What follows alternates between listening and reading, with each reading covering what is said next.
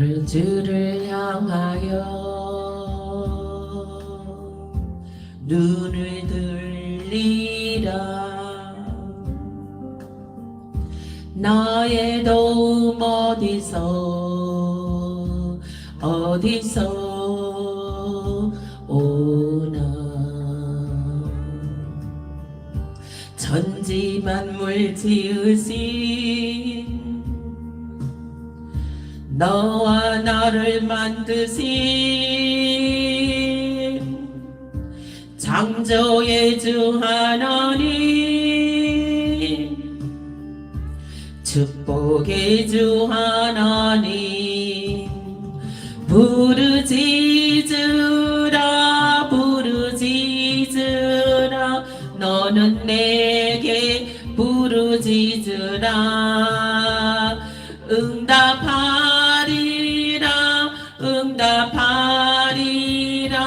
크고 비밀한 일 내게 보이리라. 내가 주를 향하여 기뻐하리라.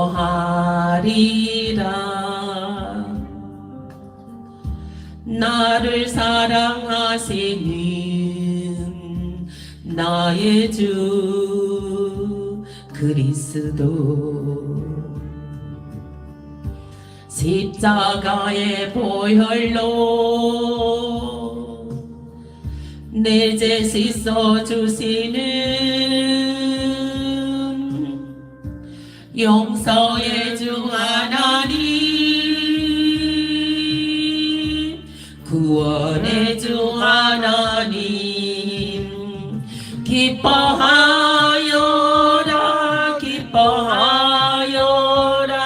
너는 항상 기뻐하여라.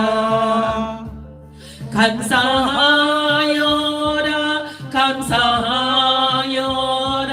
크고 놀라운 일 내게 보이리라. 주를 향하여 감사하리라. 나를 도와주시는 나의 주 성령님, 환난 고통 당할 때 나를 보호하시는 능력의 주 하나님,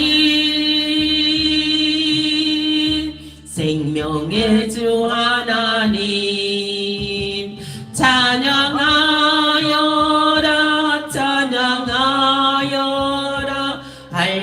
할렐루야. 찬양하여라. 소리 높여서 찬양하여라. 영광 찬양의 주 예수 그리스도.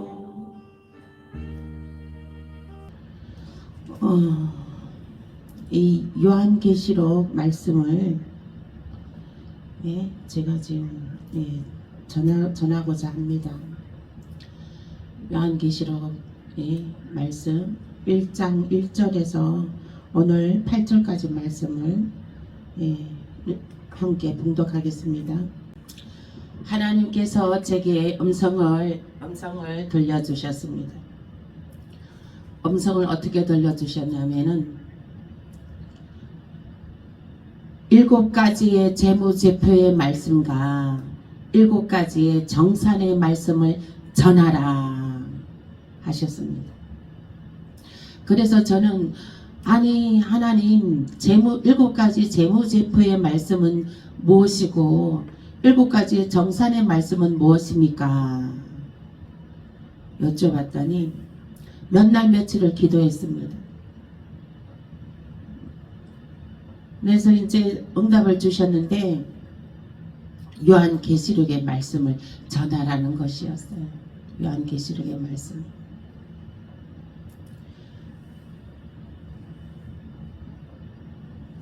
그래서 이 요한계시록 말씀은 제가 153 기도에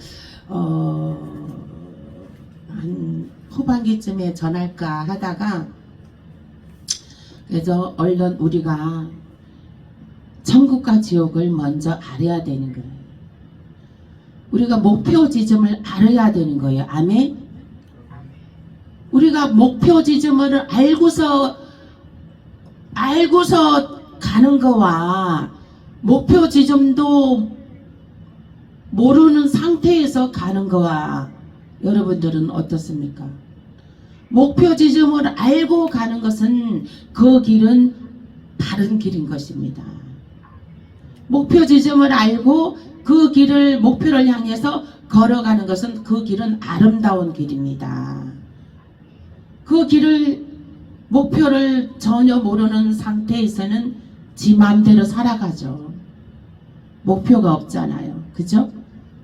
자기 생각이 목표인 거예요. 자기 생각대로 살아가는 것이죠.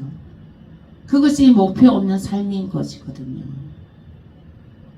내 마음대로 살아가는 것이 목표 없는 삶인 것이에요. 그러나 우리는 뚜렷한 목표가 있습니다. 천국의 예루살렘 성이 우리의 목표입니다. 우리는 영원한 영생에 들어가는 것이 우리의 목표인 것입니다. 그래서 이 목표 그래서 이제 요한계시록의 말씀은 그 목표가 더 선명해지는 거예요. 막연하게 있는 것이 아니라 선명해지는 것이에요. 이 요한계시록의 말씀을 아는 것은 목표가 확실해지는 거예요. 그리고 그 목표의 도달점이 선명해지는 거예요. 그리고 그 목표 지점에 내가 반드시 도달하리라. 그 지점에 내가 반드시 도달하여서 하나님 두 팔 올려 만세에 영광 나타나리라. 그것이 선명해지는 것이 이 요한계시록 말씀을 아는 것입니다. 그래서 이제 재무제표의 말씀은 평가의 말씀인 것입니다. 평가하러 오신다는 거예요. 평가의 말씀인 것입니다.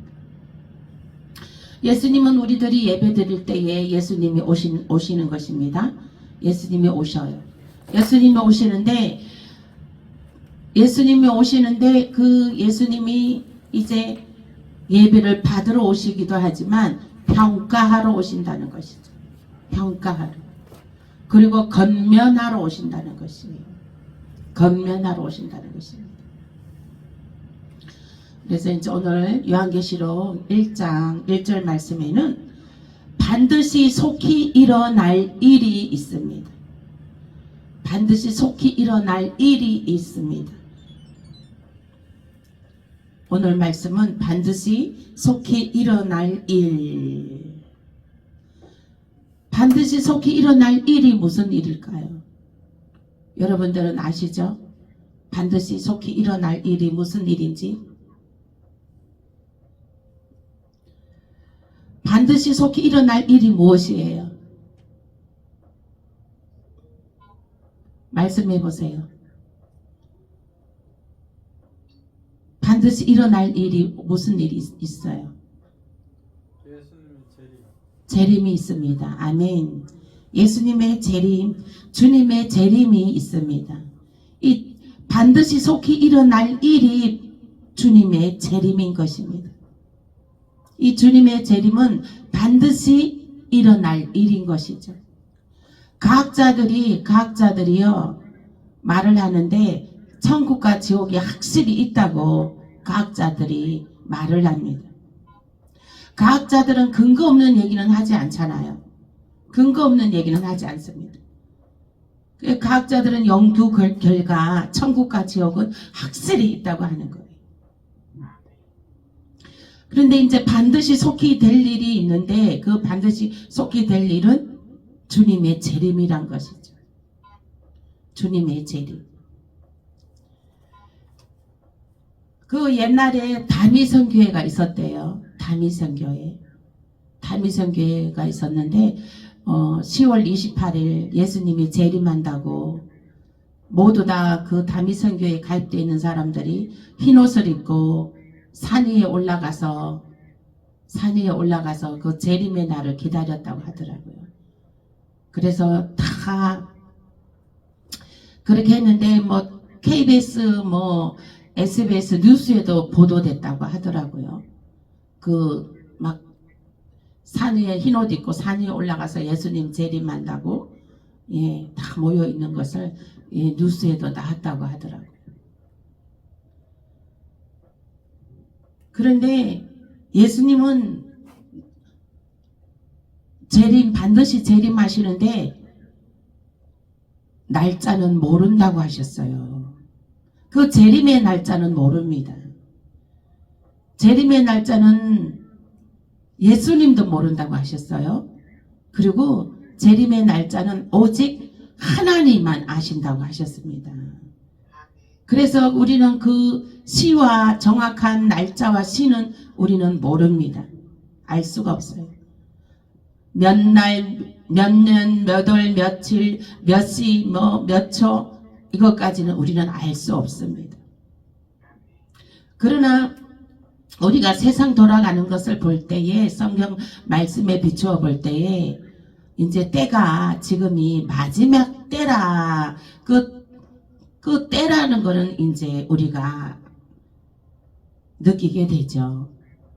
요즘은 믿지 않는 사람들도 교회 다니지 않는 사람들도 마지막 때라고 말하고 있습니다. 그들도 보기에는 마지막 때라고 보고 있는 거예요. 지금 뭐 일본에도 뭐 며칠 전에 뉴스 보니까는 막 정어리 떼가 막 수천 다 죽어가지고 막 그 바다 위에서 다 올라가고 바다를 다 뒤덮었더라고. 우리나라도 마찬가지잖아요. 저 해안가. 옛날에는 그런 게 어디 있었어요. 옛날에 그런 거 없었잖아요. 한 몇 수십 년 전에는 그런 일이 없었잖아요. 그 정어리 떼, 멸치 떼들이 그냥 다 그 수면 위에 올라와서 다 떼죽음을 당한 거예요. 그런 일이 없었잖아요. 해수면이 올라가고 또 바다가 오염이 되고.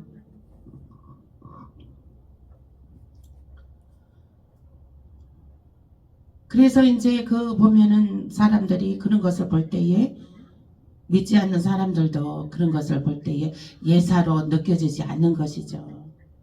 우리 믿는 사람들은 그런 거 볼 때에 주님의 때가 가까움을 느끼게 되는 것이죠.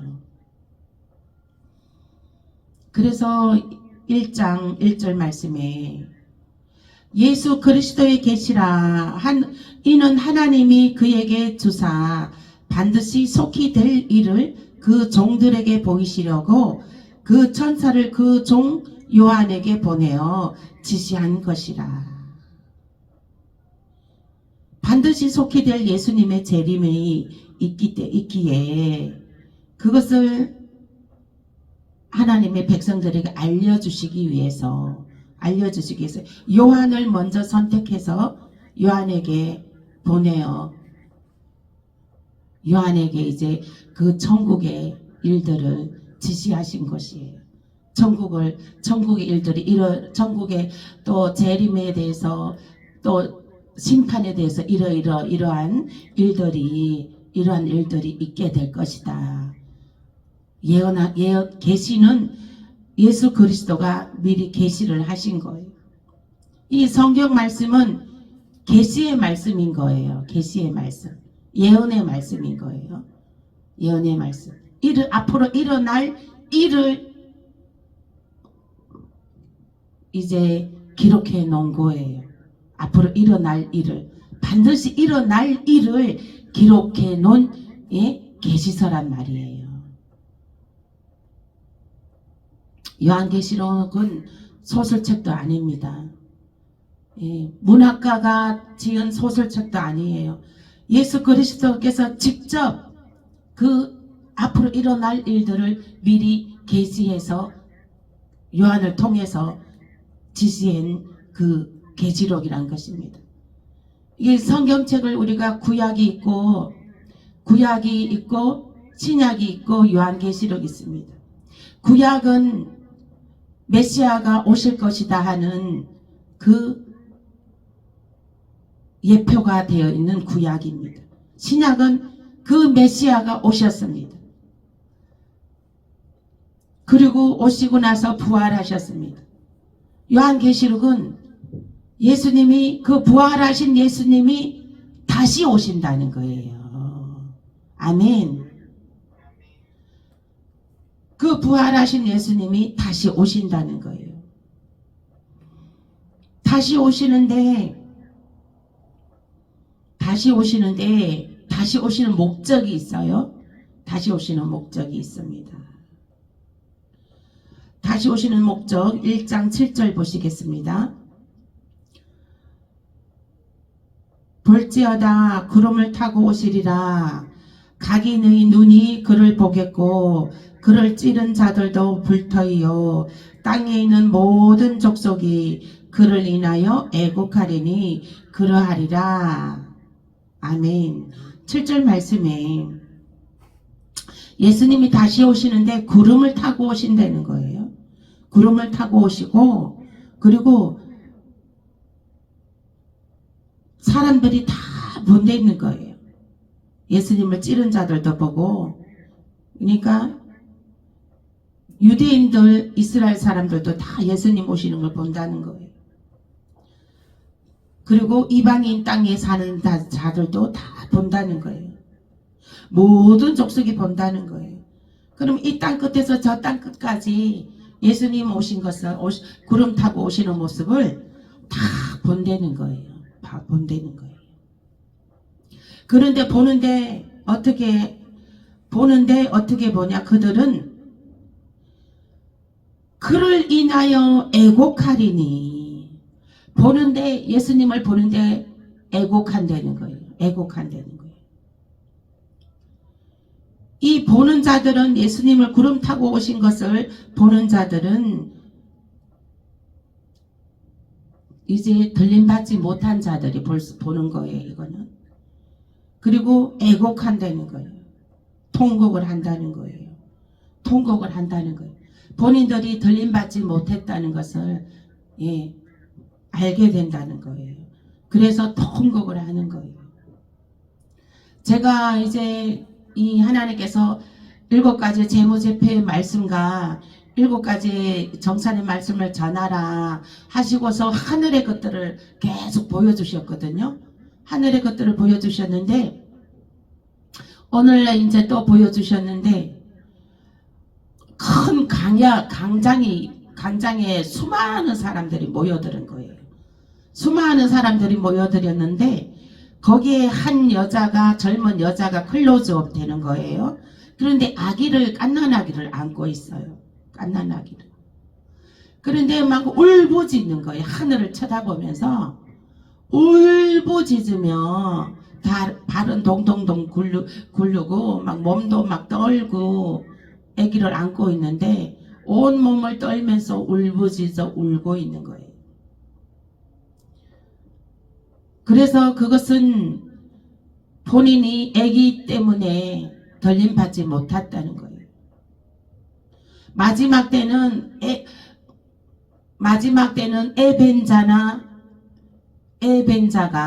아이벤자가 하 있으리라 했거든요.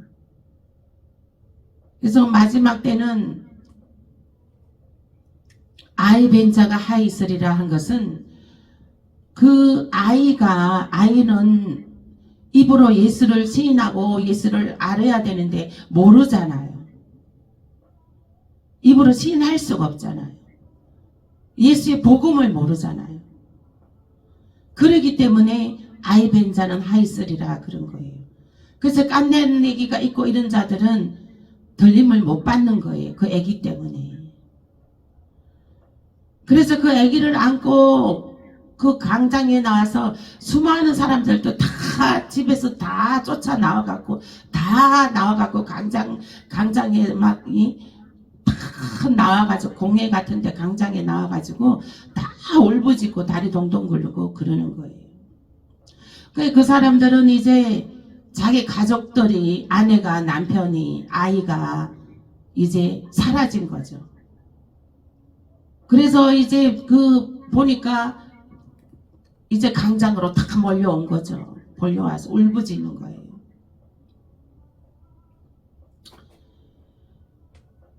그래서 그 아기 엄마도 아기를 안고 엄청나게 울부짖는 모습을 제가 하나님께서 보여주셨습니다.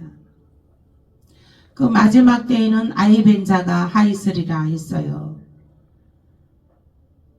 그래서 이제 예수님이 재림하시는데 그 재림하시는 목적이 무엇이냐? 1장 7절 말씀에 자기의 타작마당을 정하게 하사 알곡과 쭉정이를 고르기 위해 강림하신다. 알곡과 쭉정이를 고르기 위해서 강림하신다는 것이에요. 마태복음 3장 12절 말씀에 손에 키를 들고 자기의 타작마당을 정하게 하사 알곡은 모아 곡간에 들이고 쭉정이는 꺼지지 않는 불에 태우시리라. 알곡은 모아 곡간에 들인다는 거예요. 알곡은 모아 곡간에 들인다는 말씀은 무슨 말씀입니까? 예수님이 이제 구름 타고 오시는데 그 천사들이 이 땅 끝에서 저 땅 끝까지 신부들을 불러 모으는 거죠. 신부들을 들림받게 하는 거죠. 이 신부들을 들림받아서 하늘로 끌어올리는 것입니다. 하늘로 끌어올리는 것인데 그 알곡은 그렇게 천국에 들이는 거예요. 그리고 쭉정이는 꺼지지 않는 불에 태우시리라. 쭉정이는 이제 한란에 내던지게 되는 것이죠. 알곡만 천국에 들이고 나머지는 다 한란에 내던지게 되는 것입니다. 7년 한란에 들어가게 되는 것입니다. 마태복음 13장 30절에서 또 39절 42절 보면 추수 때에 내가 추수꾼들에게 말하기를 가라지는 먼저 거두어 불사르게 단으로 묶고 곡식은 모아 내 곡간에 넣어라 하리라 했습니다. 그러니까는 이 곡식은 모아 내 곡간에 넣어라. 천사들이 그렇게 하는 거죠. 천사들이 내려와서 이제 구원받은 백성들을 따로 모아서 곡간에 드리게 되는 것입니다. 천사들은 우리들을 돕는 자들이에요. 천사들은. 그러니까 보통 한 사람 옆에 천사들이 두세 명 정도, 두세 정도, 있어요. 근데 그 천사들은 우리가 하늘에 올라가면 우리는 천사들보다 더 귀한 신분이 됩니다. 하늘에 올라가면 우리는 천사들을 우리가 부리는 자가 돼요. 우리들이 천사를 부리는 신분에까지 올라가게 됩니다. 그래서 알곡과 쭉정이를 분별하기 위해서 예수님께서는 이 땅에 오시는 것이죠. 그리고 예수님께서 이 땅에 오시는 것은 또 중요한 메시지가 있습니다. 이제 예수님이 오시는 것은 땅에 대환란에 들어가기 직전에 오시는 것입니다. 대환란에 들어가기 직전에 오시는데 예수님은 우리가 그 대환란 들어가기 전에 알곡 성도들을 대환란에 들어가기 전에 알곡 성도들을 먼저 하늘로 피신시켜 주시는 것입니다. 하늘로 먼저 피신시켜 주시고 이 땅에는 대환란으로 적그리스도의 통치 아래 들어가게 되는 것이죠. 그래서 이게 적그리스도의 통치 아래 들어가기 전에 예수님께서 미리 우리들을 구출하러 오십니다. 우리들을 알곡 성도들을 모아 천국에 드리기 위해서 오시는 것입니다.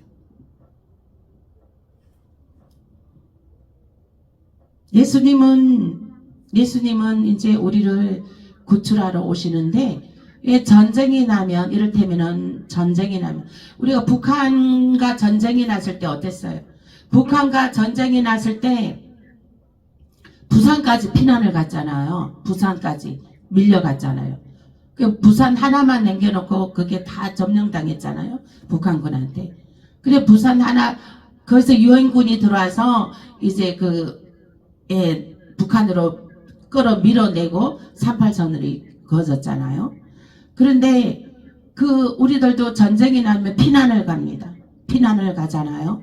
그런데 예수님도 이 땅에서 이제 말하자면 이 땅이 대환란, 전쟁을 방불케 하는, 전쟁보다도 더 큰 환란이 이 땅에 있게 된다는 것이죠. 그러면 큰 대환란이 있기 직전에 우리들을 먼저 피신시켜 주시는 거예요. 우리들을 알곡 성도들을 피신시키기 위해서 예수님께서 구름 타고 오시는 것입니다. 아멘. 그러면 예수님의 재림을 여러분들은 두려워하며 떨어야 되겠어요? 떨면 안 돼요. 두려워하거나 떨면 환란에 내던지게 됩니다. 두려워하거나 떠는 것이 아니라 더 사랑으로, 하나님 사랑으로 하나가 되어 있어야 되는 거예요.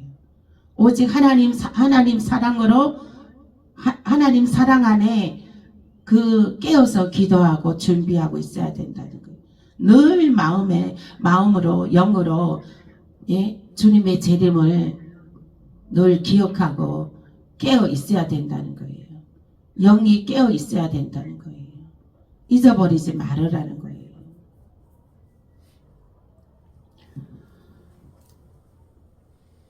그래서 이 예수님의 재림은 우리가 예수님께서 요한을 통해서 이 계시의 말씀을 이렇게 전하게 하는 것은, 계시의 말씀을 전하게 하는 것은 깨어 있으라고, 준비하라고, 하나님의 백성들로 하여금 깨어 있으라, 영이 깨어 있으라, 준비하라. 그러므로 그러한 메시지를 담고 예수님께서 요한에게 계시를 하신 것입니다.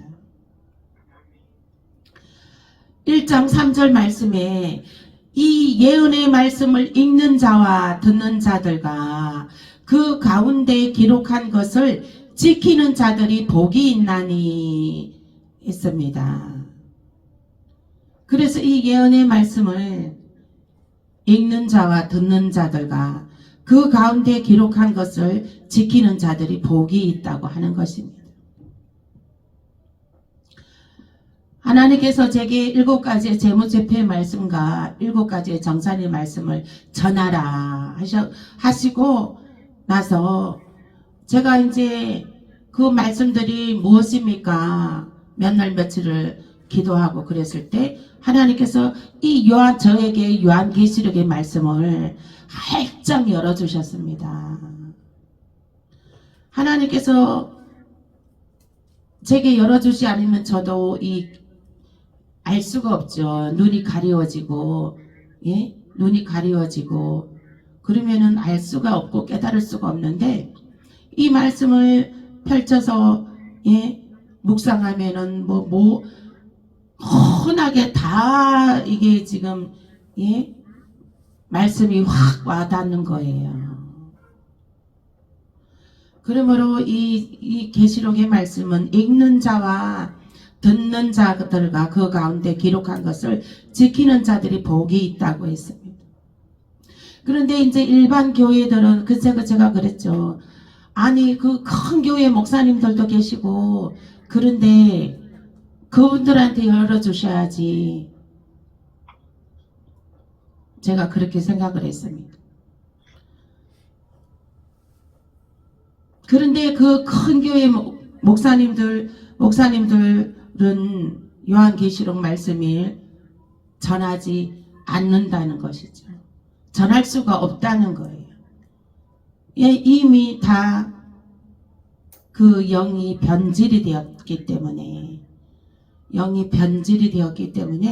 전할 수가 없다는 거예요. 그래서 저에게 이렇게 정말 이 말씀을 전하라고 하시는 거예요. 그리고 예수님의 재림은 여러분들이 두려워하거나 떨 일이 아닙니다. 이건 예수님의 재림은 예수님은 신랑이요 나는 신부로 신부된 자격으로 맞이하는 것이거든요. 그래서 예수님은 신랑이요 나는 신부된 자격으로 맞이하는 것이에요. 여러분들 결혼할 때 어때요? 신랑과 신부 정말로 신부는 아름답게 흰 드레스를 입고 신랑을 서로 맞이하잖아요. 그와 같은 거예요. 마치 결혼하는 신부와 같이 우리 예수님은 신랑이요 우리들은 나는 신부인 것입니다. 신랑과 신부의 그 자격으로 그 은혜로 그 기쁨을 누리시길, 그 기쁨을 생각하시길, 그리고 그 예수님의 재림을 기쁨으로 감사함으로 그 은혜로 기다리시길 예수 이름으로 축복합니다. 기도하시겠습니다.